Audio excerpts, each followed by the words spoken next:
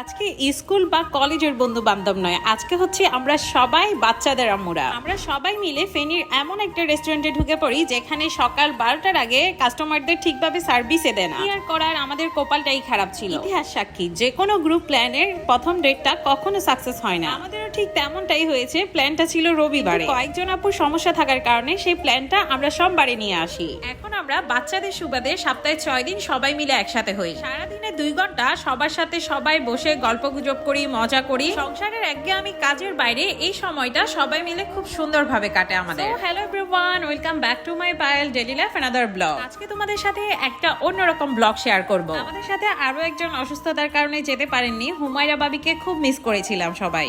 আমাদের সবার আগে থেকে একটা প্ল্যান ছিল সবাই মিলে সকালের নাস্তাটা একদিন বাইরে যে কোনো একটা রেস্টুরেন্টে করব। অবশেষে আমাদের প্ল্যানটা কিন্তু সাকসেস হলো। বাচ্চাদের মা হয়েছে তো কি হয়েছে, আমাদের কি কোনো সকাল্লাদ নেই?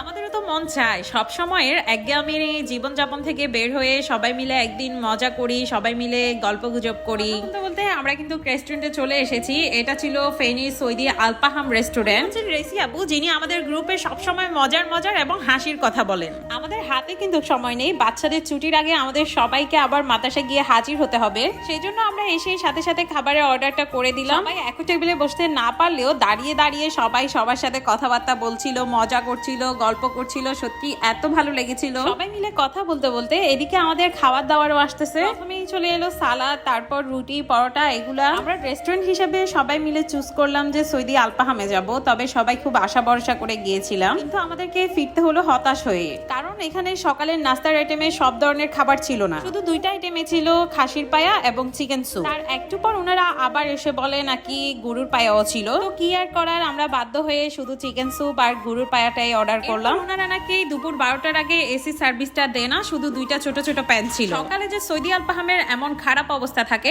এমনটা যদি জানতাম আমরা ভুলেও ওখানে যেতাম না। কিন্তু কি আর করব, সময় বাঁচানোর জন্য আমরা আর ওখান থেকে বেরও হতে পারিনি। কারণ আমাদের প্ল্যান ছিল বাচ্চাদের ছুটির আগে আমরা এখান থেকে যেতে হবে। এই যে এটাই ছিল আমাদের সেই চিকেন স্যুপ, আর সাথে ছিল রুটি। খাওয়া দাওয়া যেমনই হোক না কেন সবাই মিলে মজা করেছি, এটাই অনেক। সত্যি কথা বলতে চিকেন স্যুপের যে একটা অথেন্টিক গ্রান থাকে, সেই গ্রানটা আমি পাইনি।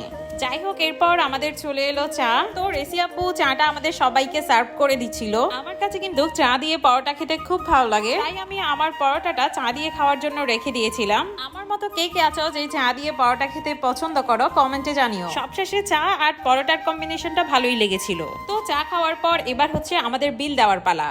তো সবকিছুর বিল মিটিয়ে আমরা এবার বের হলাম সেই মাদ্রাসার উদ্দেশ্যে। আজকে সকালবেলা কিন্তু আকাশটা একদম মেঘে ঢাকা ছিল, মনে হচ্ছিল খুব জোরে কালবৈশাখী ঝড় আসবে, তবে তেমনটা কিছুই হয়নি। তো বন্ধুরা, আজকে এতটুকু। সবাই ভালো থাকবে, আল্লাহ হাফেজ, বাই বাই।